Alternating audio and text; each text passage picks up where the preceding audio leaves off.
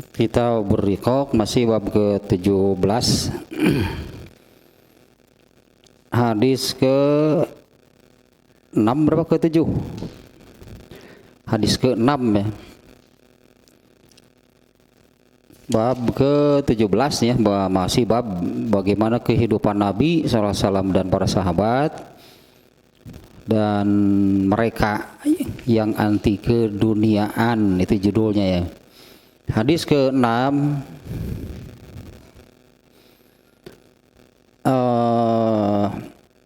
Qatadah nih, an Qatadata qala kunna na'ti Anas bin Malikin radhiyallahu anhu wa khabbazuhu qaimun wa qala kulu fama a'lamun nabiyya sallallahu alaihi wasallam ra'a raghifan muraqqaqa hatta lahiqa billahi wala ra'a syatan samiton bi ainihi qattu.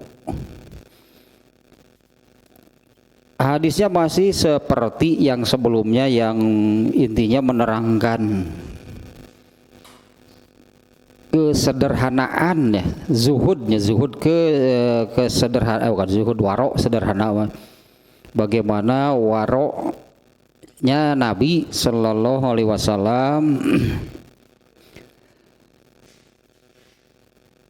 Dari Qatadah ya, dari Anas bin Malik radhiyallahu anhu, Qatadah mengatakan kami pernah datang menemui ya Anas bin Malik radhiyallahu anhu wa khabbazuhu qaimun. Saat itu khabbaz itu pembuat roti ya, pembuat rotinya berdiri. Enggak terlalu ini sih soal makna ininya ya. Qatadah mengatakan kami pernah datang menemui Anas bin Malik radhiyallahu anhu. Ya, saat itu pembuat rotinya sedang berdiri. Wa qala, Anas bin Malik mengatakan, kulu, makanlah kalian. Fama a'lamun nabiyya sallallahu alaihi wasallam, sungguh aku, apa bahasanya ya, fama a'lamun nabiyya, atau yang aku tahu gitu ya. Ya, yang aku tahu, aku tidak pernah melihat Nabi sallallahu alaihi wasallam ya makan roghifan muraqqaqon, itu roti yang empuk. Ya, aku tidak pernah melihat Nabi sallallahu alaihi wasallam makan roti yang empuk, yang enak mungkin lahnya, yang apa namanya, aduh iya teh dengan ya kalau sekarang sih apa namanya, dunia kuliner itu sudah surabi wae aja nama. Dulu surabi mah makanan apa namanya, makanan rakyat lah itunya, makanan orang-orang kecil di pinggir jalan gitu. Kalau sekarang kan ya diinovasi lah, diolah gitunya menjadi makanan yang ya bisa jadi mahal, bisa berkelas ya gitu makanannya. Nah, Rasulullah SAW itu artinya saat itu juga sudah ada makanan-makanan yang seperti itu. Nah, bahkan kalau dalam pembahasan Kitabul Awani namanya, Kitabul Awani itu pembahasan tentang apa namanya ya, alat rumah tangga, alat makan yang seperti itulah awani nih, bejana-bejana, wadah-wadah. Ya, ada Rasulullah SAW melarangnya, mengharamkan orang Islam menggunakan perangkat dari emas dan perak. Artinya saat itu sudah ada yang demikian. Nah, Rasulullah SAW menyebutkan untuk sekarang di dunia, itulah sebutnya, untuk sekarang hal-hal seperti itu sebut biarlah bagi mereka orang-orang kafir dan untuk orang Islam nanti di akhirat. Nah, artinya nih ya dari hadis itu artinya perangkat makan yang mewah terbuat dari emasnya sudah ada. Nah, tapi kan Nabi kalau untuk hal tersebut ya Rasulullah SAW kemudian melarang orang-orang Islam menggunakan menggunakan perangkat dari emasnya dan perak. Nah, maksudnya dibandingkan dengan hadis tadi bukan tidak ada. Ya bukan tidak ada perangkat-perangkat makan itunya alat makan yang mewah saat itu, tapi Rasulullah SAW melarang. Nah termasuk ya makanannya juga sama. Ya makanannya juga sama, tapi Anas bin Malik mengatakan yang aku tahu ya aku tidak seingatku mungkinlah itunya. Seingatku yang aku tahu Nabi tidak pernah itu makan roti yang empuk hingga wafat hatta lahiqo billah bahasanya Anas bin Malik ya sampai ia bertemu dengan Allah. Wala ro'asyatan samiton bi ainihi qatu, dan beliau pun tidak pernah makan kambing guling. Kambing guling apa namanya? Kambing panggang, bebeki lah pokoknya. Bebekian. Oh iya kan setik-setik ngomongnya gitu. Barbecue padahal jagong pirage. Oh iya no beda doi atuh, bukan jagung bakar tapi barbecue. Di kitab Fathul Bari pun ini ya tentang hadis yang barusan ke-6 ini tidak banyak penjelasan. Karena substansinya gitu ya sama dengan hadis yang sebelumnya. Ya Aisyah kan mengatakan ma'akala alu Muhammadin di hadis nomor 4 nih. Ma'akala alu Muhammadin aklataini fi yaumin illa ihdahuma tamrun. Keluarga Muhammad itu tidak pernah makan 2 kali dalam sehari kecuali salah satunya berupa kurma. Nah, itu menunjukkan hal yang sama. Nah, kalau ini jenisnya Anas bin Malik mengatakan, nah ketika Anas bin Malik didatangi oleh Qatadah, atau ini ya, Anas bin Malik itu kan orang Madinah. Setelah Rasulullah SAW tidak ada, Anas bin Malik itu meninggalkan Madinah dan tidak pernah kembali lagi. Bukan tidak pernah kembali lagi, kemudian meninggalahnya di tempat yang barunya di Basroh Anas bin Malik. Paling ke Madinah nanti sekali lah itu datang ke Madinah. Dan Anas bin Malik ini kan sahabat paling akhir, sahabat yang terakhir meninggal.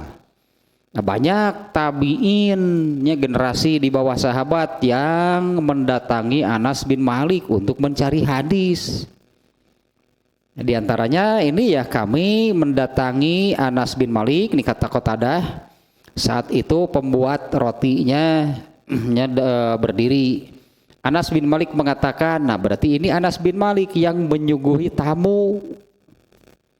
Ya Anas bin Malik menyuguhi tamu, kulu silahkan, begitulah kepada tamunya ya, silahkan kalian semua makan. Anas bin Malik mengawali berartinya sebelum para tamunya makan. Anas bin Malik mengatakan seingatku Nabi dulu tidak pernah makan roti yang empuk sampai meninggal. Entah apa Anas bin, karena di sini tidak ada dia penjelasannya di kitab Fathul Bari. Entah apa Anas bin Malik saat itu memang menyuguhi roti yang biasa-biasa lah, meuli ti warung ngadadak gitu. Meuli ti warung ngadadak anu 1000-an nu rasa kopior teh gitu. Itu roti naon cenah atuh ieu teh.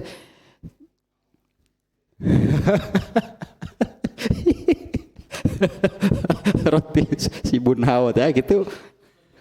Cap berit deui tong no eta tuh. Aduh, eta mah jadi sok sonoka ieu. Ka kodim eta mah. Artinya sederhananya, Anas bin Malik sederhana. Padahal kan Anas bin Malik itu dengan doa dari Rasulullah SAW, Anas bin Malik itu menjadi sahabat Ansor paling kaya. Ya, Anas bin Malik itu di antara semua sahabat kelompok Ansor itu Anas bin Malik itu paling kaya. Tapi inilah gitunya. Nah, di sini kan judulnya pun bukan hanya Nabi kan yang dimunculkan oleh Imam Al-Bukhari. Kaifa kana aisun nabiyyi sallallahu alaihi wasallam wa ashabihi. Ya, ini pilihan itunya karena tadi bukan tidak mampu, bukan tidak sanggup. Anas bin Malik itu orang paling kaya, sahabat paling kaya. Rasulullah SAW sendiri, bahkan siapa yang lebih kaya dari Rasulullah sebetulnya kalau mau, artinya ya di hadis yang kemarin juga sudah disampaikan bahwa ketika Rasulullah ada yang memberi tempat tidur yang bagus, Rasulullah minta kan kepada Aisyah, kembalikan saja nih ya tempat tidur ini, kalau mau aku bisa minta bayaran, minta balasannya kepada Allah berupa gunung emas dan perak. Nah tapi kan saatnya diperlukan, Rasulullah SAW itu pernah berkurban dengan 100 ekor kambing. Ada, bisa. Padahal kan 100 ekor kambing itu kan berapa? Memang di dalam bab sekarang ini ya, Imam Bukhari itu sangat menonjolkan lah gitu, mengangkatnya soal, makanya judulnya pun dua, watakholihim anid dunya. Tapi kalau untuk kepentingan artinya ya, tapi kalau untuk kepentingan sepertinya berkurban, untuk kepentingan Rasulullah SAW itu kan ya al-qaswa. Untuk kepentingan apa? Mobilitas beliau itu sangat tinggi, atau acaranya padat, masa seorang nabi nyantai? Ini mobilitas beliau itu sangat tingginya, acara hidup lah, keseharian itu padat, sehingga perlu kendaraan yang bagus. Ya saat itu kendaraannya unta, kuda. Nah Rasulullah SAW itu kendaraannya berupa unta yang oleh beliau diberi nama Al-Qaswa, artinya si tangguh. Wah mantap kan.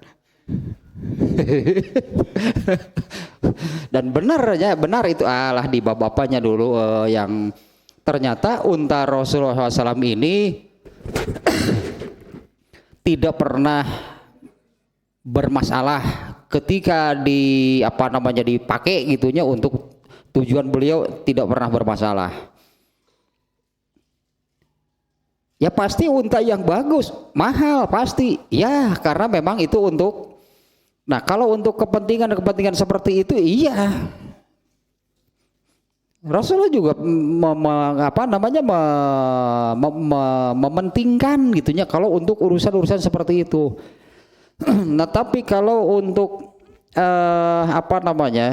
ya seperti di sininya urusan makan itu kan, tempat tidur kan yang digambarkan kemarin ya di hadis di sini.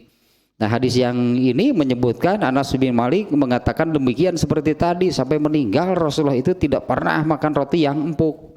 Tapi bukan tidak boleh, bukan jeleknya, silahkan. Ini masuk ke dalam pilihan berarti. Ya pilihan, beliau memilih seperti ini karena bukan tidak sanggup, bukan tidak mampu. Minta gunung emas pun Rasulullah pasti diberi oleh Allah. Tapi untuk kepentingan yang berkaitan, berartinya berkaitan dengan agama, dengan ibadah, dengan akhirat, nah baru.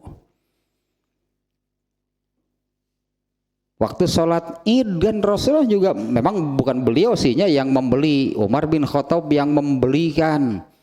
yang satu apa namanya baju baru lah gitunya. Umar bin Khattab pun membelikannya sengaja khusus untuk dipakai sholat Id, mahal bajunya. Nah kembali ke sini nih ya. Nah kemudian satu lagi, dan Rasulullah SAW itu tidak pernah makan kambing panggang, kambing guling. Padahal makanan favorit Rasulullah itu daging kambing. Ya makanan favorit Rasulullah itu daging kambing. Bagian ini pundaknya, pundak punggung, tulang punggung. Nah hanya kalau yang dibakar, nah mungkin Rasulullah enggak. Justru makanan favorit Rasulullah itu daging kambing. Tapi Anas bin Malik mengatakan sampai meninggal Rasulullah tidak pernah makan roti yang empuk dan daging kambing yang dibakar. Mun digulai mah. Itu berarti ternyata makanan favoritnya daging kambing, bukan tidak pernah makan daging kambing ya. Tapi beliau lebih suka itu makanannya kalau gitulah berkuah merenanya. Kalau apa namanya masakan daging kambingnya itu berkuah, tidak dipanggang, mentongseng hayu tongseng kambing atau digulai itu. Itulahnya hadis nomor 6 ya, intinya Rasulullah SAW itu untuk urusan makan banyak yang kemarin-kemarin juga sudah disampaikan. Tentu yang lebih ditonjolkan oleh Rasulullah SAW urusan makan itu adalah unsur ibadahnya. Ya, unsur ibadahnya ya, dari makan itu yang ditonjolkan oleh beliau itu unsur ibadahnya. Bisi gitu kalau apa namanya kemarin juga sudah disampaikan nih ya. Ini mungkin juga yang jadi kurang, jadi jarang ya, diperhatikan gitu oleh orang Islam. Ketika makan itu hanya berusahanya atau hanya memenuhi satu unsur, yaitu halalan, thayyibannya sudah jarang diperhatikan. Asal halal dan resep jeung hayang beli mahal ge. Ini jadi kurang gitu ya, kurang diperhatikan. Rasulullah SAW itu lebih memunculkan gitu dalam urusan makan itu urusan ibadahnya. Pernah ada ini ya, kisah nyata sih, cerita seorang ustadz tahun seberahaan gitunya, 70-an, 60 70-an lah. Sambil bari hareureuy nya ngobrol nage. Dia menceritakan gitunya, dia menceritakan mengisi pengajian di mana gitu ya. Karena jauh, dalam pikirannya dia berpikir pasti disuguhan. Gitulah, pokoknya pasti disuguhan, dijamu lah gitu. Ternyata sampai waktunya pengajian itu dimulai, ya mulailah pengajian. Dia berpikir, oh mungkin makannya nanti setelah ngaji. Ternyata tidak disuguhi makan gitu ya. Pulang dalam keadaan lapar, malam. Ketika masuk dapur, nasi sudah tidak ada lantaran teu masak keun kadang ke ditu disuguhan. Tadi nama kedua da pikirannya mampir aku teh disuguhan da jauh atuh teh. Ya ternyata ketika nya malam-malam pulang mengisi pengajian gitunya. Lapar ke dapur karena memang tidak masak, yang tertinggal itu nasi bekas makan siang yang nempel di pinggir-pinggir boboko teh apa itulah. Hanya nasi yang nempel gitu di pinggir-pinggir itu, biasa kan juruna opat boboko mah didinya lumayan ngagunuk sing jempol lah. Tetap ngagunuk. Sampai di ya dibersihkan lah gitunya dari boboko itu. Kemudian ambil garam dan dicecolkeun karena uyah ngeunah cenah luar biasa.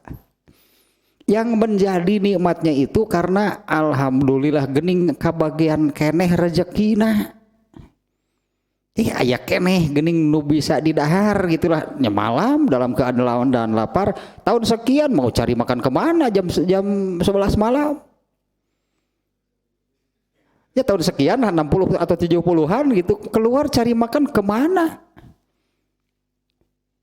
Dulu rasanya masih jam 4 ya, jam 4 ya sudah.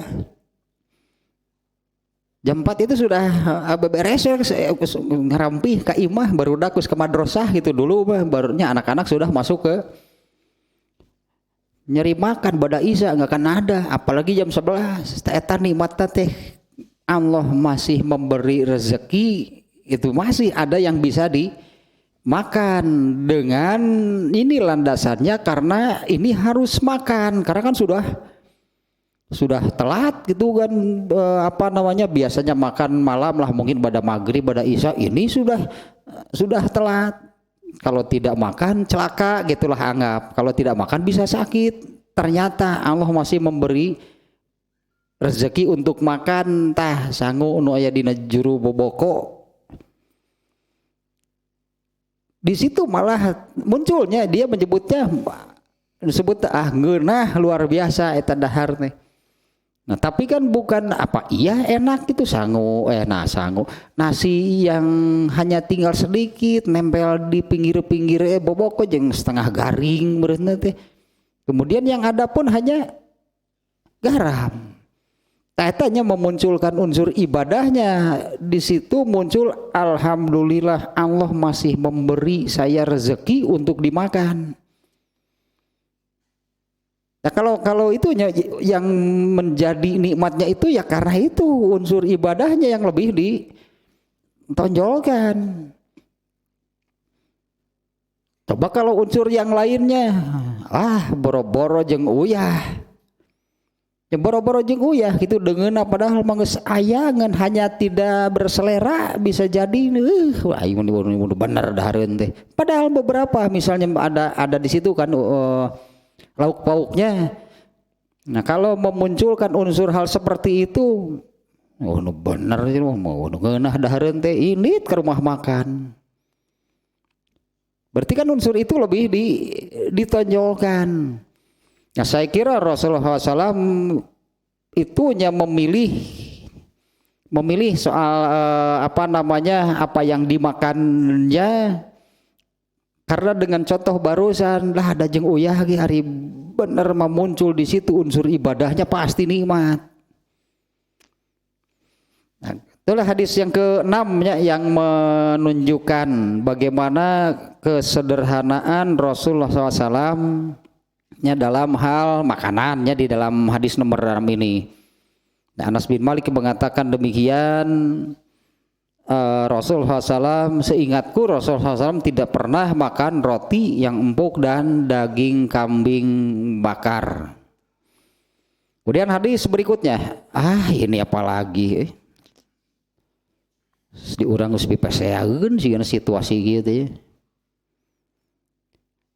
Hadis ke-7 nih.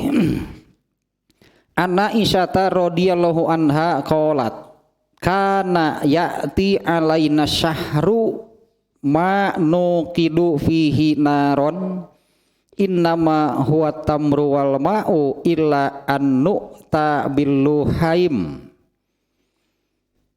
Dari Aisyah radhiyallahu anha ia berkata pernah datang kepada kami 1 bulan atau pernah selama sebulan maksudnya ya. Pernah kami mengalami selama sebulan manukidu fihi naron, kami tidak masak.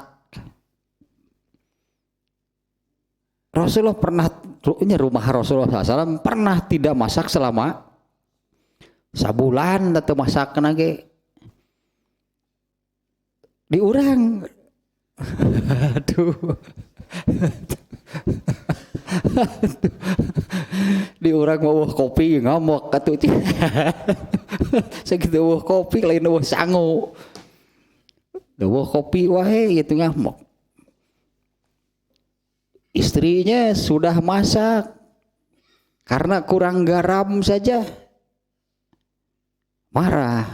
Tuyahan nu masak teh. Tuyahan nu masak teh lain pasakanana di pika sabaleun teh diomongkeun teh. Tuyahan nu masak teh leos weh. Ini teh serangan dahar di rumah makan yang enak. Atuh padahal mah uyahan, kurang uyah mah. Kurang uyah mah tinggal di uyahan. Masalahnya apa gitu dari hal seperti itu gitu ya.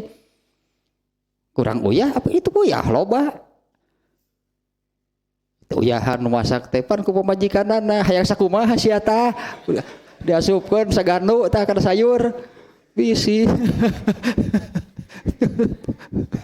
Bisi kurang sia tah. Supkeun saganu sok tah ayeuna asaan.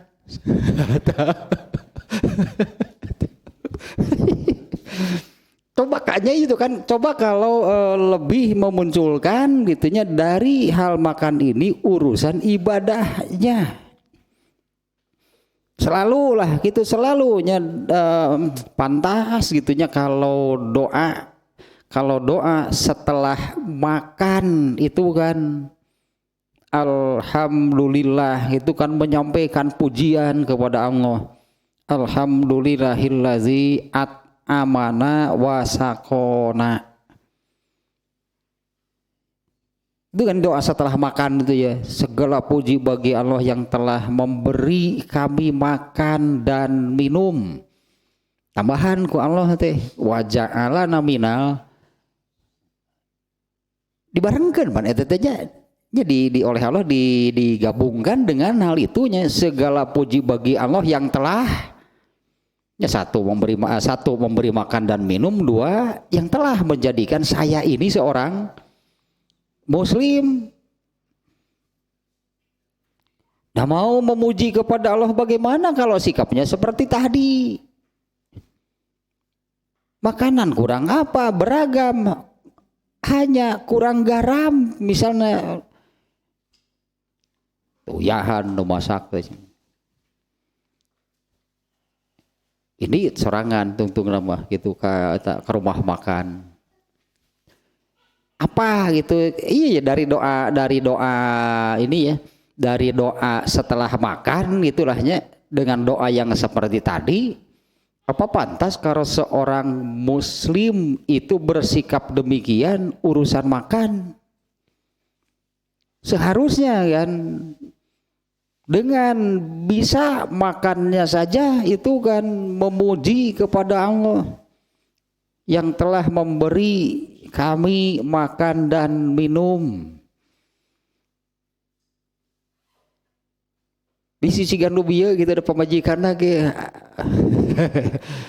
Saya ingat juga nasihat dulu almarhum Ustadz Abdurrahman ya, yang menasehati kurang lebih beginilah sekitar yang barusan sebetulnya, karena ini bisa jadi masalah sepele yang bisa menjadi masalah besar. Misalnya dari hal seperti tadi itunya, kalau ala bahasa Sunda dulu nasihatnya, atuh dahareun ku yang kurang uyah mah atuh tinggal nguyahan we. Itu sebutnya atuh dahareun kurang uyah mah nya uyahan we atuh. Hargaan teh ka pasarna ngolahna ngahurungkeun komporna masakna atuh hasilna siga kitu meunah meuni. Teh sebut teh atuh hargaan meureun pan eta teh jaba biasanya ibu-ibu kan sok bingung masak naon nya ayeuna nya. Sok itu kan ibu itu bingung itunya masak naon nya ayeuna nya. Bingung teh pan soalnya budget terbatas. Soalnya bingung teh budget ai masak naon gitu. Eta teh itu nu eta kacida piraku. Sapoe ukur 1000 sok karunya ka ibu-ibu teh bingung eta teh sok mentak sok nanyakeun teh ka salakina teh sok hayong tuang naon gitu mau dimasakin apa gitulah. Da ibu teh bingung itu masak naon gitunya. Eta si pang-pangna mah. Nu kacida piraku teh. Tambahin naon gitu nya geus ceplok endog deui masakna teh.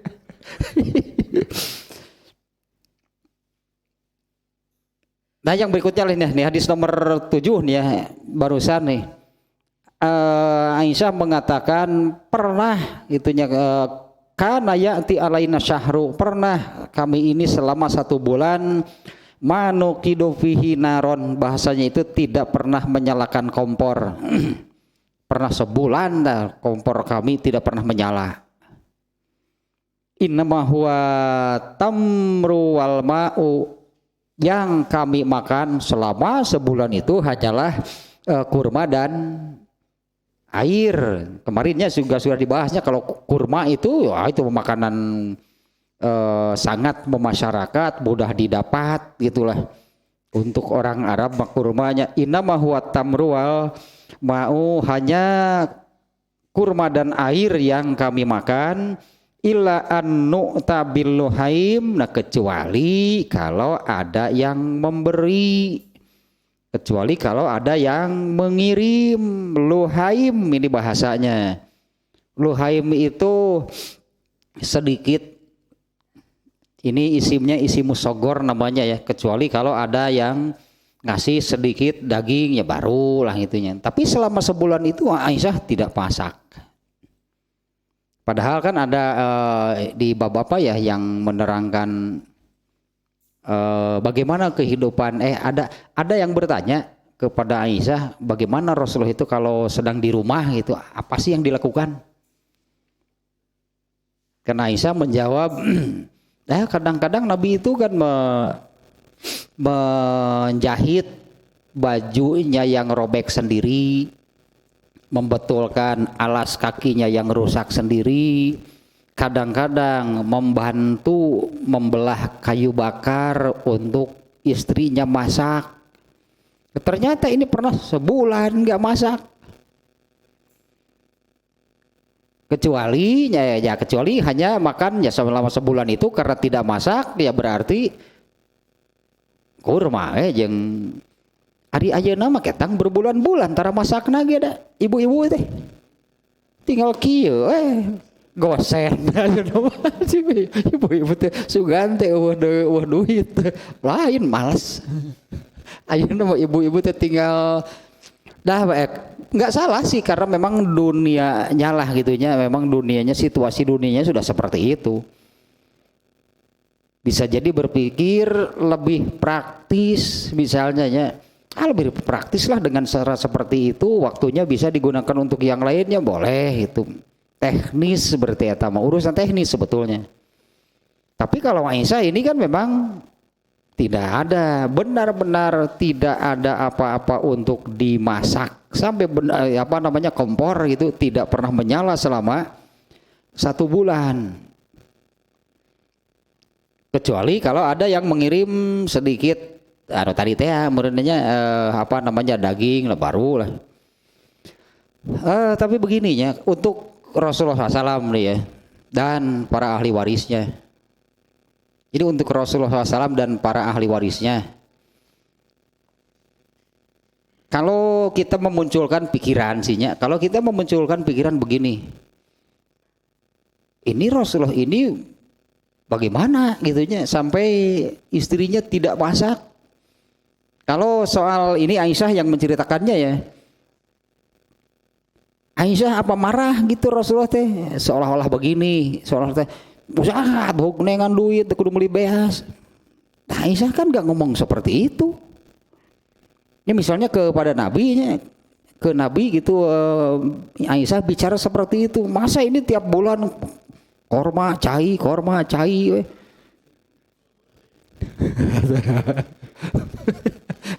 tapi aku kudu ngalpoe gitu, usaha kan itu. Nah misalnya gitunya, enggak lah hanya Rasulullah SAW-nya sendiri ini sebagai seorang Rasul kan tidak boleh lah gitu Rasulullah SAW itu ya untuk memenuhi, katakanlah ini bahkan di sini kan untuk memenuhi kebutuhan pokok yaitu makan. Untuk hal seperti itu pun kan Rasulullah tidak kemudian Nah, apalah berbisnis misalnya untuk memenuhi kebutuhan pokok, kebutuhan makan. Ini kan baru di satu rumah, kemudian istri yang lain bagaimana? Nah, nanti ada yang di bawahnya ya, situasinya lebih berat lagi anggapnya 3 bulan, ternyata nanti di hadis berikutnya 3 bulan. Dapur istri Rasulullah yang 9 itu kompornya tidak pernah menyala. Tetapi kan sebagai seorang nabi ini ya di sini, ya istrinya juga tidak mengatakan seperti itulah, seolah-olah gitunya usaha cari uang, masa beras saja nggak punya. Kira aku seblak deui itu. Tetap. Rasulullah itu tidak kemudian lah katakannya ya, tidak kemudian ya, saat itu mungkin piraku masa gitu Rasulullah harus kerja serabutan buburuh macul gitu ke orang Ansor, atau ikut berdagang lah supaya dapat uang gitu untuk memenuhi kebutuhan. Ini sebagai seorang Rasulnya khususnya ya, sebagai seorang Rasul kan tidak boleh gitu Rasulullah SAW itu dihentikan oleh Allah. Dan Rasulullah itu kalau mau berdagang tetap bisa, masih bisa, asalnya sebagai pedagang. Tapi setelah menjadi nabi itu hanya mengurus agama, hanya mengurus wahyu, hanya mengurus ilmu. Dan Rasulullah SAW tentu amat sangat yakin Allah tidak akan membiarkannya. Apa Rasulullah menyalahkan Allah juga kondisi seperti ini? Ih, jadi nabi teh kieu ieu mah beas-beas acan. Ieu cenah jadi mending si Abdurrahman bin Auf cenah gini atuh. Hupir aja. Kieu jadi nabi teh gini kan. Tidak kemudian Rasulullah SAW ya dengan kondisi seperti ini dianggaplah gitunya bekerja khusus untuk mencari uang lah gitu. Rasulullah itu tidak melakukan demikian. Jadi antaranya kan sebetulnya di ujung hadisnya illa an-nu'ta bil luhaim ya, kecuali makan daging itu kalau ada yang mengirim. Nah, nanti ada di hadis yang berikutnya. Ya memang demikian kondisinya. Ya, Rasulullah itu tidak boleh kemudian Rasulullah itu tidak boleh sengaja mencari uang seperti bekerja lah gitunya, bekerja, bertani, berdagang, urus ilmu sing bener. Sing yakin artinya dijamin ku Allah ge. Allah menjamin rezekinya moal nepi ka teu dahar henteu, meskipun hanya kurma dan air. Iya memaknai hadis ini kira-kira khususnya untuk Rasulullah seperti itu, para ustadz lah mun disebutkeun mah. Yang disebut ahli waris Nabi, menjadi pelanjut Nabi itunya, menjalankan tugas kenabian tajeng nu kararieuna kudu diturutan teh. Darbari neangan duit, darbari dagang, pabeulit eta. Ngaladangan teh keur ngaladangan nu meuli teh muridna tad meser 5 cenah. Wah, riweuh aya.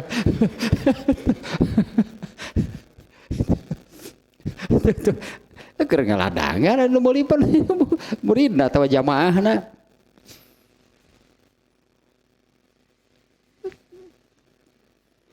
Nu kararieuna mah mung gitu, sebutlah anggap nah nu kararieuna mung gitu, tidak mau.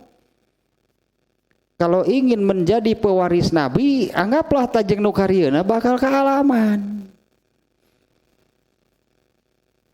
Teu karuateun beureun kudu kararieuna areureun we. Nah, padahal kan kalau hanya urusan makan tadinya, kalau untuk urusan dalam urusan makan itu unsur ibadahnya yang lebih dimunculkan Pak dibanding kabagian sanggu dina juru bobok oge da nikmat. Ya mungkin banyak tak ieu teu karuateun teh tah situasi kieuna. Aisyah mengatakan saya tidak masak selama sebulan ngalaman cek Aisyah teh. Saya pernah tidak masak selama sebulan. Selama sebulan itu yang makannya hanya kurma air. Kecuali sekali-kali ada yang ngirim makanan gitunya. Nanti di hadis yang di bawahnya ya. Hadis yang nomor yang 8 nih yang berikutnya. Nah, ternyata kan orang-orang tetangga anggapannya tetangga Rasulullah SAW itu dari kaum Ansor itu juga mereka memperhatikan sebetulnya. Memperhatikan kehidupan Rasulullah SAW. Dan bagi mereka itu peluang untuk beramal. Bagi mereka itunya, kondisi demikian Rasulullah itu bagi mereka itu menjadi peluang untuk beramal.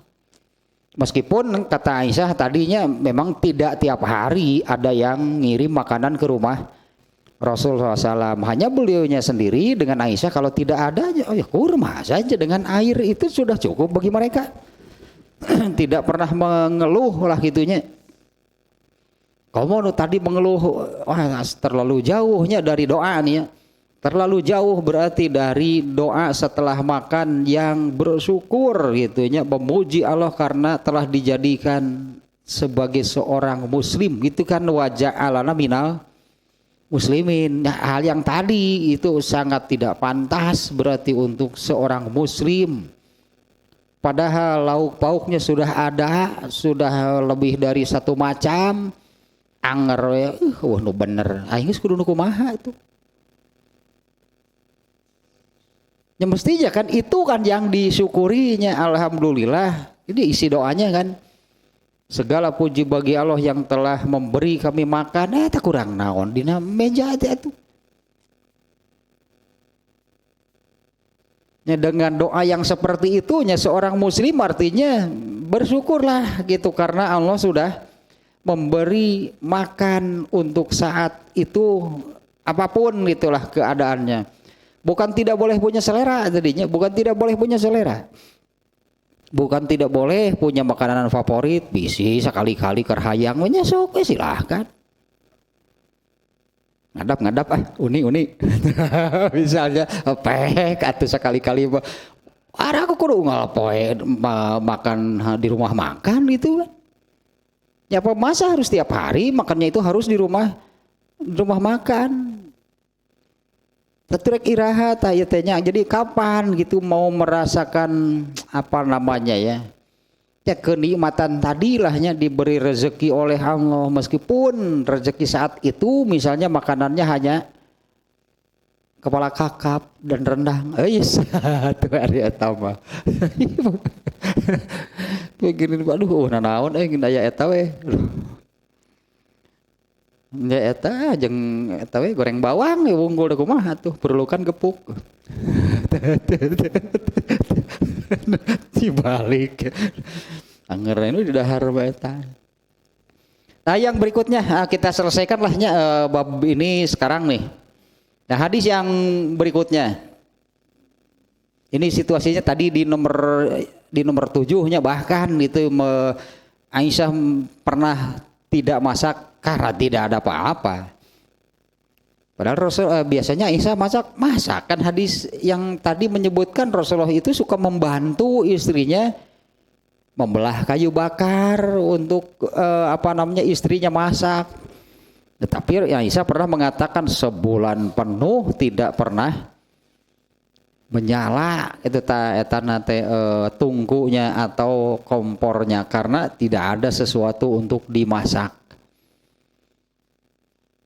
Tapi kan masa nabinya yang harus mengeluh, istrinya saja enggak berarti kan ini istrinya Aisyah kan tidak mengeluhkan kondisi demikian.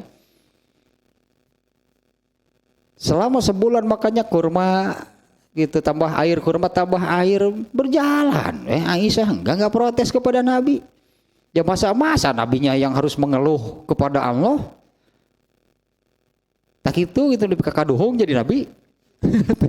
Lebih kakaduhung jadi nabi, bahwa lama daker dagang beunghar sebelum menjadi nabi kan beliau itu saudagar kaya. Jadi nabi, aduh nih hupir geus ya. Beda nikmatna eta teh. Beda nikmatnya sih nu bieu contohnya ke bagian sangu dina juru bobok oge da nikmat teh luar biasa. Bisa jadi orang kafir lah anggapnya, bisa jadi orang kafir yang kalau makan harus di mana, sekali makan bayar berapa. Nikmatnya beda kalau ketika makan itu unsur ibadahnya yang muncul, yang lebih ditonjolkan. Beda nikmat lagi, nikmat ibadah gitu dengan nikmat yang hanya sekedar jasadiah. Berarti kan kalau nikmat hanya dengan jenis makanannya itu kan kenikmatan jasadiah. Ya, meskipun tadi kan enggak dilarang mau makan apapun gitu kan, asal memenuhi unsur halalan atau jiban. Bisi itu sekali-kali kerboga milik ya makan di luar, ayo aja ngebar di teras. ngajak ke istrinya keraya milik cerah ya makan di luar. Ayo ya jangan bekal sama kan ke teras. Makan di teras rumah. Biasanya kan di dalam di ruang makan.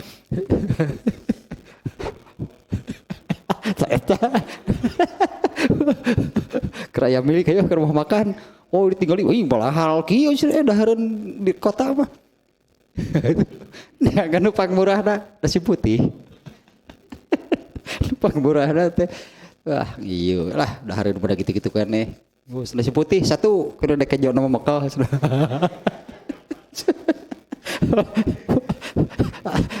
Eta si Cep Ruhiyat teh gitu teh ngaranna teh. Si atuh Cep lah ayo. Asa teh kudu gitu-gitu teuing make jeung teu moral kieu cenah ningali pas ningali menu teh numpang murahna eta. Nasi putih. Hadis ke-8. An Urwata an Aisyata karena hakolat li Urwata, dari Urwah. Ternyata ini mungkin orang yang sering baca hadis anggapnya, atau apalagi yang memang mendalami ilmu hadis mah pasti sering mendengar nama Urwah tabi'in ya. Urwah ini seorang tabi'in. Dari Urwah dari Aisyah radhiyallahu anha annaha qalat li Urwata. Nah, Aisyah berkata kepada Urwah. Nah, ternyata Urwah ini tabi'innya, anak dari Asma binti Abu Bakar. Jadi apa namanya? Bahasa Sunda mah alo, anak lanceuk. Asma itu Asma binti Abu Bakar, itu kakaknya Aisyah. Anaknya Abu Bakar yang disebut itu Aisyah tentunya yang karena jadi istri Nabi. Kemudian Asma kakak perempuan Aisyah, dan satu lagi Abdurrahman itu adik Aisyah laki-laki. Di antaranya Abdurrahman, nama Abdurrahman itunya muncul ini ketika Aisyah itu ibadah haji, karena magan sekali-kalina pan ibadah haji itu. Ketika Aisyah ibadah haji bersama Nabi, ini Rasulullah ibadah haji, Aisyah ikut, istri-istrinya juga ikut semuanya. Ternyata ketika mau melaksanakan umroh, Aisyah itu haid. Sampai Aisyah tidak umroh, langsung saja ibadah haji. Aisyah kan kekeh tegenah namanya haji teh batur umroh saya enggak. Tapi Rasulullah kemudian menyebutkan kepada Aisyah, qad tamat hajjuki wa umratuki, haji dan umrohmu sudah sempurna. Tapi Aisyah kemudian mal balik ke umroh heula mah. pusingkeun. Tetep. Iya mah ya si Yayang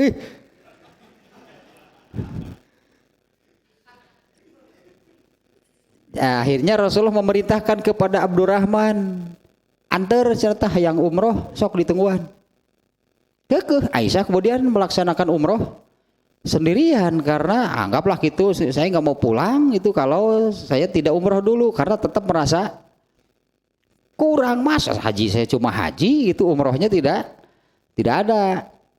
Karena ada hadis ini qad dakhalatil umratu ilal haji ila yaumil qiyamah, kalau nggak salahnya umroh itu sudah dijadikan satu paket dengan ibadah haji oleh Allah. Jadi kalau ibadah haji pasti ada umroh. Nah Aisyah itu waktu melaksanakan ibadah haji karena sedang haid tidak bisa umroh yang merupakan bagian, berartinya dijadikan satu paket. Nah Aisyah tidak kebagian, hanya melaksanakan ibadah haji. Ketika mau pulang, batur umroh saya enggak, mau balik cina pokoknya mah hari henteu cina. Nah akhirnya Rasulullah memerintahkan kepada Abdurrahman nih adiknya, antar, nah pergilah ke Tanim. Ya Tanim teh tempat ya ihram.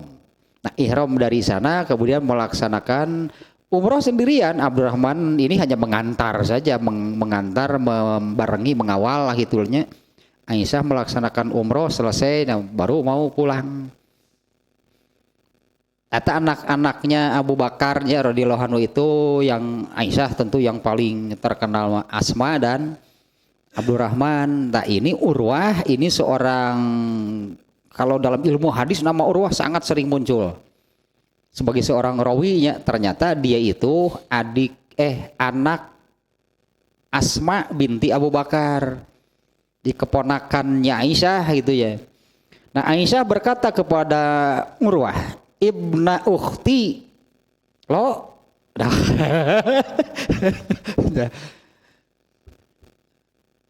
ya itu lo uci orang mau memanggil ini ibna ukhti teh anak saudara perempuanku. Inna kunna la nanzuru ilal hilali salasata ahillah fi syahraini. Sesungguhnya dulu, berarti kan ini Aisyah menceritakan kepada Urwah itu kemudiannya ya mau setelah zaman di zaman tabi'in lah gitunya, di zaman tabi'in Aisyah mengatakan kepada Urwah, dulu kami pernah bahasanya ini melihat hilal 3 kali. Melihat hilal 3 kali itu maksudnya 2 bulan berturut-turut. Hilal pertama, hilal kedua, hilal ketiga. Berarti ini kan 2 bulan. Hilal pertama, hilal kedua, hilal ketiga. Nah ini rentang waktu yang ini yang dimaksud. Kami pernah melihat hilal selama 3 kali fi syahraini dalam 2 bulan. Wa ma uqidat fi abiyati Rasulillahi sallallahu alaihi wasallam narun. Dan di jamak nih, bukan hanya Aisyah berarti. Dan di rumah jamak nih, di rumah-rumah Rasulullah SAW itu tidak pernah kompornya menyala 2 bulan dia di sini malah. Nah, di rumah-rumah Rasulullah SAW itu tidak pernah menyalakan api. Fakultu, kemudian kata Urwah, aku berkata, maka nayu isukum. Jadi bagaimana tuh? Jadi makannya bagaimana? Kurang lebih seperti itulah hanya. Karena ini kan yang disebutkan oleh Aisyah itu kan tidak pernah masak selama 2 bulan. Nah Urwah bertanya, maka nayu isukum. Kalau di dalam hadis lain itu bagaimana Allah memberi makan kalian? Ini pertanyaan dari Urwahnya. Kalau tidak masak, jadi bagaimana Allah memberi makan kalian? Qalat, Aisyah menjawab, al aswadani at-tamru wal ma'u. 2 Ya malah sebutannya istilah dua benda hitam. Al aswadani, dua benda hitam, yang dimaksud adalah at-tamru wal ma'u, sama seperti hadis sebelumnya, kurma dan air. Bener, baik tersanggup asal kopi berarti air hitam. Penting wae eta ada. Baik tersanggup asal antum bisa tapi lulus. Tersanggup kopi teh lulus jeung seueul deh. Illa annahu qad kana li Rasulillahi sallallahu alaihi wasallam jironun minal ansor. Karena berarti ini deh terjemah dulu nih ya. Lalu bagaimana Allah memberi makan kalian? Aisyah menjawab, ya kami hanya makan kurma dan air. Illa annahu qad kana, nah kecuali atau di samping itu, ya Rasulullah SAW itu mempunyai tetangga dari kaum Ansor. Karena kalau orang muhajirin mah burber gitulah, orang muhajirin wah burber kamarana udah ragang. Tapi kalau orang Ansor kan mereka tinggal di sekitar Nabi. Nah, tapi di samping itu ya Rasulullah SAW itu mempunyai tetangga dari kaum Ansor. Kana lahum manaihu wa kana yamnahuna Rasulullah SAW min abyatihim fayaskinahu. Rasulullah SAW itu memiliki tetangga dari kaum Ansor. Nah mereka kaum Ansor itu kan ada yang beternak, ada yang berkebun. Nah kalau muhajirin kan ya, muhajirin mah burber lah, muhajirin mah. Mungkin kalau dalam kitabul ilmi yang ini nih, babu tanawubi fil ilmi. Ini terjadinya di kalangan para sahabat.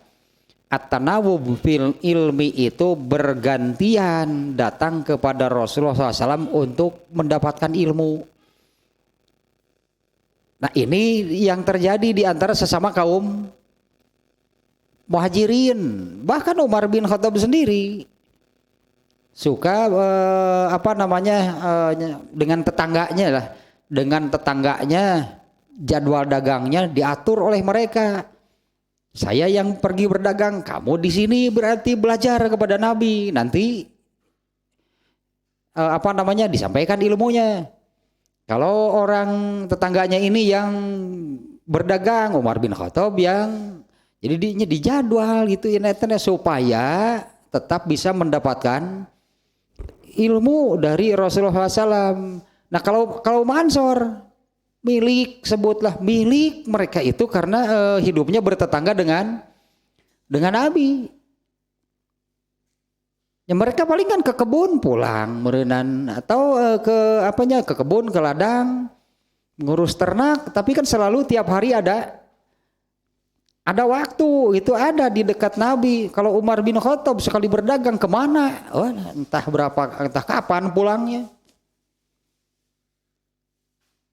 Tapi dia naik ke Aisyahnya. Tapi di samping itu Rasulullah SAW itu memiliki tetangga dari kaum Ansor. Nah di mana mereka itu suka punya makanan, punya ternaknya. Wa kana yamnahuna Rasulullah sallallahu alaihi wasallam. Nah mereka yang suka mengirim makanan kepada Rasulullah SAW min abyatihim fayaskinahu. Nah, kalau ketika ada yang memberi makanan, memberi susu lah di sini ya kepada Rasulullah SAW, nah maka Rasulullah akan membagikan itu kiriman makanannya itu ke istri-istrinya.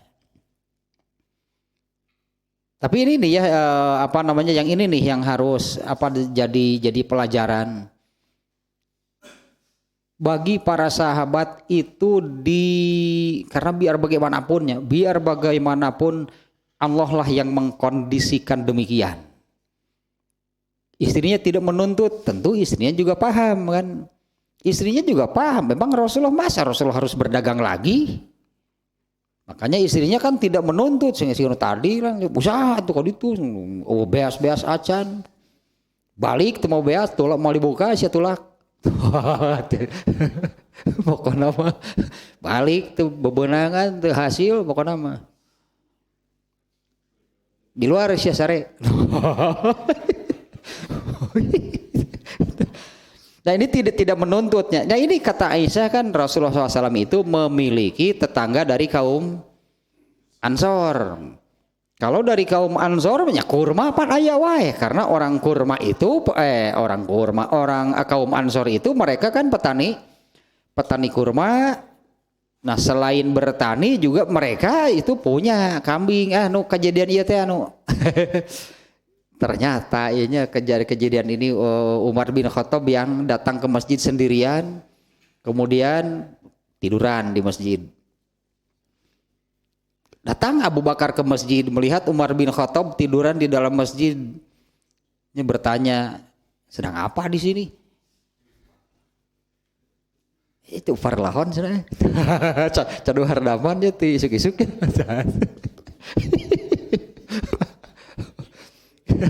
Itulah.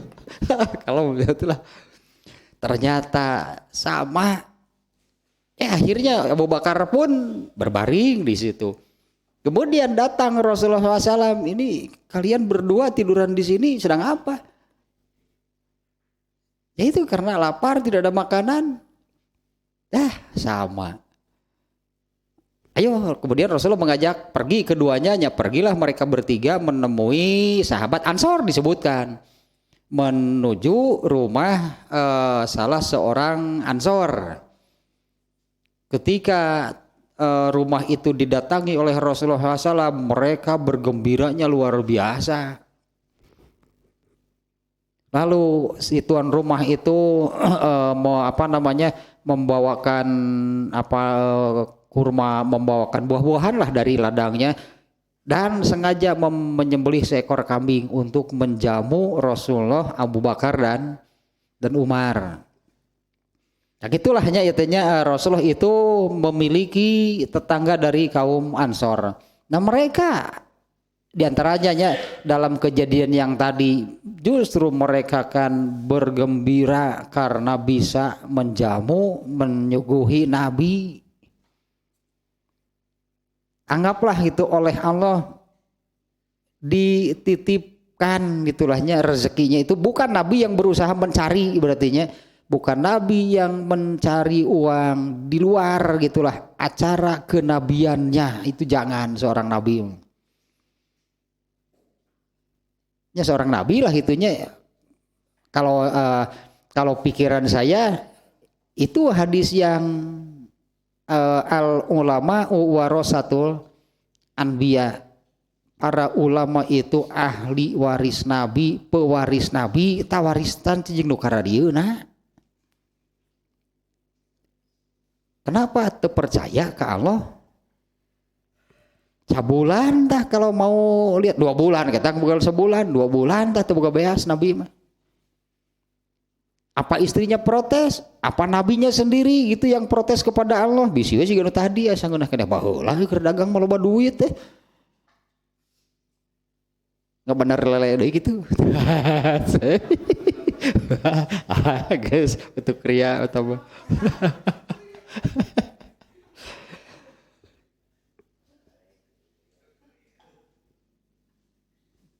pasti sangat mengganggu karena kesibukan seorang nabi sebutnya mengurus sebut bahasanya karena sebagai seorang nabi kan mengurus wahyu, mengurus ilmu, mengurus agama ini memerlukan konsentrasi gitu pikiran dan tenaga yang luar biasa. Beri dagang atau pabelit urusan teh. Ini bari dagang papoket ke pabelit. Allah titipkan gitulahnya anggaplah gitu kan tadi pertanyaan dari Urwah kan seperti itu. Lalu Allah bagaimana Allah memberi makan kalian? Nah seperti ini. Aisyah mengatakan Nabi mempunyai tetangga kaum Ansornya, mereka itu suka memberi itu kepada nabinya, yamnahuna Rasulullah sallallahu alaihi wasallam. Yang terakhir nih satu lagi nih, tanggung nih hadisnya ya. Hadis terakhir nih dari bab ke-17. An Abi Hurairah radhiyallahu anhu qala, dari Abu Hurairah radhiyallahu anhu dia berkata, qala Rasulullah sallallahu alaihi wasallam, Rasulullah SAW bersabda, Allahumma rzuq ala Muhammadin quta. Ya Allah, Rasulullah SAW berdoa, ya Allah berilah rezeki keluarga Muhammad itu naonnya, kalau terjemah harfiahnya, kalau terjemah harfiah quta itu makanan pokoknya. Ya Allah berilah rezeki keluarga Muhammad itu makanan pokoknya. Nah, tentang hadis ini ya, penjelasan Ibnu Hajar al-Asqalani ini tentang hadis yang terakhirnya, mengapa Rasulullah SAW itu berdoa seperti itu. Ya, mengapa Rasulullah SAW berdoa, anggaplah ya Allah berilah rezeki keluarga Muhammad ini yang apa namanya istilahnya kebutuhan primer nawe lah wungkul. Itu yang diminta oleh Rasulullahnya. Ya itu sandang pangan papan. Ya sandang pangan papan, makan kan, pakaian dan tempat tinggal. Ya masa Aisyah tidak punya tempat tinggal? Masa istri Nabi tidak punya tempat tinggal? Itu diminta oleh Rasulullah kepada Allah yang pokok-pokoknya. Ya Allah berilah rezeki keluarga Muhammad itu yang pokok-pokoknya. Nah ini diantara penjelasan Ibnu Hajar al-Asqalani ya. Fihi dalilun ala fadlil kafaf. Hadis ini ya menunjukkan keutamaan kemarin kan ya al-kafaf. Karena biar bagaimanapun, meskipun di bab sebelumnya bahwa pada miskin itu ada keutamaan, tapi tetap saja kondisi miskin itu juga ada bahasa orang nanaonnya afate, hal yang buruknya. Ada keutamaannya disebutkannya, tapi di situ juga ada hal buruk. Kaya juga sama sebetulnya. Dalam kaya, keadaan kaya juga di situ ada hal buruknya. Nah Rasulullah itu minta yang tengah-tengah, anggaplah ya yang pokok-pokoknya. Tidak mendoakan keluarganya ini menjadi orang kaya dengan harta berlimpah, meskipun itu kan tidak dilarang. Ya berulang-ulangnya saya katakan sahabat yang kaya itu banyak. Sahabat yang miskin juga banyak. Nah, ini yang diinginkan itu oleh Rasulullah SAW kepada Allah, bagi keluarganya itu al-kafaf, kurang enggak, berlebihan juga enggak. Nah, di dalam hadis ini fihi dalinu ala fadlil kafaf. Di dalam hadis ini ada menunjukkan atas keutamaan al-kafaf wa akhdil balagoti minad dunya wa zuhdi fihima. Nah, kalau urusan zuhudnya harus maksimal gitu ternyata. Urusan zuhud itu harus maksimal. Wa akhdil balagoti minad dunya, dan menjauh dari urusan keduniaan, wa zuhdi itu harus ya balagoh teh maksimal lah gitunya bahasa kitanya, harus maksimal gitu dalam menjauhi urusan keduniaan,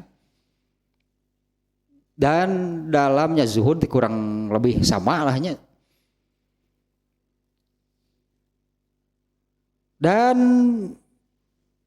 rogbatun fi tawaffuri naimil akhirah, dan harus sempurna itunya dalam terjemah no esena ya, fi tawaffuri naimil akhirah, mensyukurilah anggapnya, dan harus sempurna dalam mengingat mensyukuri kenikmatan akhirat, wa isaron lima yabqa ala mayafna, dan harus lebih menginginkan, mencintai yang abadi yaitu surga alama yafna dibandingkan dengan yang fana, dibandingkan dengan yang hanya sementara sesaat. Ya kan dunia kan yang sementara dan surga itulah yang abadi. Artinya Rasulullah itu mendoakan untuk keluarganya itu bukan si keluarganya ini tidak tersita lah gitu oleh urusan-urusan keduniaan.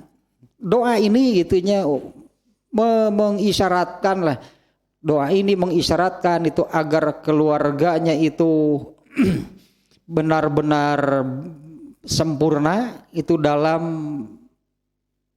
az-zuhdu wal balagotu minad dunya wa zuhdi, dan juga rogbatan fitawafurin naimil akhirah, dan sempurna itu dalam mensyukuri meraih itulahnya, meraih kenikmatan akhirat, dan lebih memilih mencintai apa yang abadi dibandingkan dengan yang hanya sementara. Fayan bagi antak tadiyabihi ummatuhu fi zalika. Nah ini pelajarannya. Maka mestilah umatnya pun mengikuti hal yang demikian. Makanya semestinya haruslah umatnya pun mengikuti hal yang demikian. Jangan takut salah kalau sudah mengidentikan keduniaan itu sama dengan kekayaan. Padahal kan Allah takdirkan kaya atau miskin, zuhud bukan urusan kaya dan miskin. Zuhud mah lebih anti keduniaan, itu kan menjauhi apapun yang bersifat keduniaan karena lebih mencintai dan menginginkan surga yang abadi. Bari beunghar gikeun bae pan gitu. Dan penting mah asal soleh we hirup mah keun bae beunghar ge. Kajeun beunghar ge aing mah dae lah. Ya iyalah. Digulu gitu. Kemudian satu lagi nih terakhir nih. Makna hadis itu ini Al-Qurtubi ini mengomentari hadis ini. Makna hadisi annahu tolabul kafaf lah, sama aja dengan yang sebelumnya ya. Yang Nabi inginkan, yang Nabi minta untuk keluarganya itu adalah al-kafaf. Fa innal quta mayakutul badana wa yakufu anil hajah. Karena arti tadi kan ya Allah berilah rezeki keluarga Muhammad itu bahasa aslinya kuta itu tadinya. Al-kuta itu adalah mayakutul badan, ya pokoknya kebutuhannya terpenuhi. Wa yakufu anil hajah. Ya kebutuhannya terpenuhi. Nah bahkan tadi Nabi butuh kurban mah 100 ge aya eta al-kafaf teh gitu. Ya ketika perlu gitunya kurban sampai 100 ekor ada. Apa sehari-hari Nabi itu orang yang punya uang bisa beli kapan pun lah kambing 100? Enggak. Bahkan tadi untuk makan saja sebulan, 2 bulan. Ya 2 bulan kau kompor tengebul. 2 bulan tidak masak. Tak ini al-kafaf tetapi waktunya diperlukan sebanyak apapun ada. Yang tadi kan kendaraannya al-qaswa. Jadi ingat karena sampai gelatik ai qaswa. Sampai gelatik al-qaswa loba di bengkel na beutan dipake nama. Wa fi hazihil halatu. Ini pasti seperti ini nih. Wa fi hazihil halati salamatun min afatil ghina wal faqri jami'an. Kondisi al-kafaf itu pasti yang akan terhindar atau selamat dari keburukan miskin ataupun keburukan kaya. Ya, kondisi al-kafaf ini ya yang menyelamatkan gitu dari keburukan miskin ataupun sebaliknya dari keburukan kaya. Ya bener dah, kaya dan miskin bukan hal yang menentukan. Al-kafaf nu penting mah hidup pas-pasan. Pokoknya pas perlu aya gitu, hirup pegenah pisan. Mending eta nabi cenah tidak ada makan teh kurmanya. Eta aya na pan tadi ge sanggup dina jero boboko ge eta nu aya na. Ya, tadi kan ya, contohnya kan kalau dibayangkan dengan nasinya yang sapiring metung terus dengan nya atuh beda deui ieu mah dalam kondisi seperti itu kan eta nu aya na pas perlu pas aya sakitu teh panikmat. Beda dengan yang sebelumnya juga kan tentang Abu Hurairah pernah minum sampai kenyang. Boleh sekali-kali silahkan, bukan harus selalu kalau makan itu sampai kekenyangan dan menjadi kebiasaan. Bahkan Nabi kan yang memerintah minum lagi, minum lagi, minum lagi. Apaleun teu Abu Hurairah kemarkaan? Ya apaleun atuh Nabi oge nekeun sekali-kali atuh cerek karunya. Abu Hurairah teh biasana kayak diganjal ku batu. Tetaplah sampai di sini nih ya, ya itulah gitunya gambaran menurut Imam Bukhari karena ini kan hadis-hadis yang dimuat oleh Imam Al-Bukhari nih ya di bab ini. Di sini lebih menonjolkan itu yang terakhir tadi beliau sendiri itu hidupnya al-kafaf miskin. Siapa yang berani mengatakan Nabi miskin? Kurban 100 bisa, untanya bagus.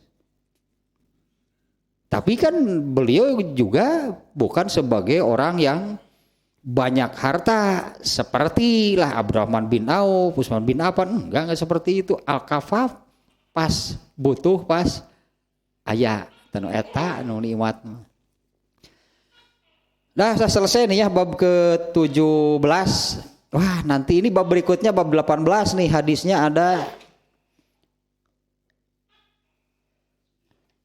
8 ya, 1 2 3 4 5 6 hadisnya 8, bab berikutnya bab 18. Judulnya ini Al-Iqtisad fil Amal dan Dawam. Nah, kan judulnya teh nu kitu. Membori Al-Iqtisad fil Amal teh beramal yang pas. Tidak berlebihan, tidak kurang dan tidak salah.